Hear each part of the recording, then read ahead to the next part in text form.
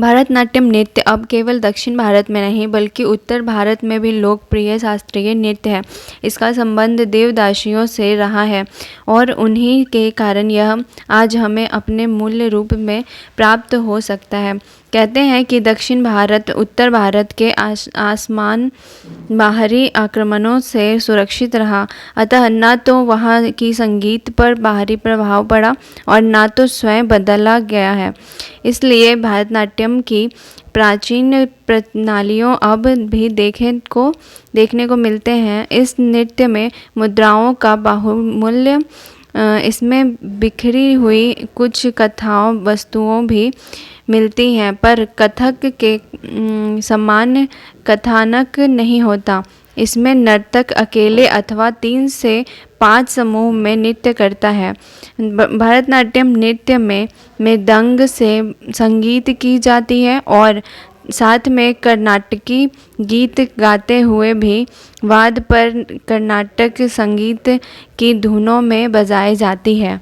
इस नृत्य को मोटे तौर से 7 भागों में बांटा जा सकता है: अलारीपुर, जेथीस्वरम, शब्दम, वर्णम, पदम, तिल्लाना और श्लोकम।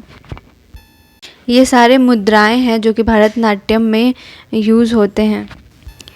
भरतनाट्यम की वेशभूषा। इस नृत्य में मराठा स्त्रियों की भांति लंबी साड़ी पहनती हैं। साड़ी दोनों पैरों के चिपकी रहती है। धोती के ऊपर वाले हिस्से को दुपट्टे की भांति कंधे पर रखते हैं हुए कमर में लपेटते हैं। कमर में गरधनी तथा बाजू और गले में आभूषण पहनते हैं।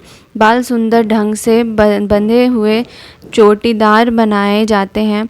मस्तक पर तिलक, भौहों के ऊपर से कपोल के दोनों तरफ बिंदी और ओठों पर और गालों पर हल्की हल्की लाई लगाई जाती है। इसे स्त्रियां या पुरुष कोई भी कर सकते हैं। जब पुरुष नर्तक इस नृत्य का प्रदर्शन करता है तो उसे लोग कचपुरी नृत्य कहते हैं। इसके 5 आसन होते हैं: पदम, सृष्टि, योग, वीर और सिद्ध।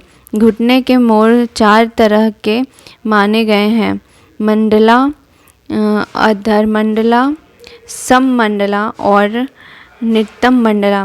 इसमें 3 पाद विक्षेप होते हैं: अंचित, कुंचित, उरंचित। गति के 4 प्रकार होते हैं: करण, अहंकार, रेचक और पिंडवध। भरतनाट्यम को बनाए रखने में दक्षिण भारत के देवदासियों का महत्वपूर्ण योगदान है। उनमें यह कला परंपरागत चली आ रही है। भरतनाट्यम के आचार्य नतुवन कहलाता है, जो निःशुल्क शिक्षा देते हैं। जब उनकी शिष्यों धन कमाने लगती है तो वे अपने आचार्य नतुवन को भी अपने अर्जित धन से एक अंश आजीवन देती रहती है। देवदासियों 3 प्रकार की होती हैं: राजदासी, देवदासी और स्वदासी।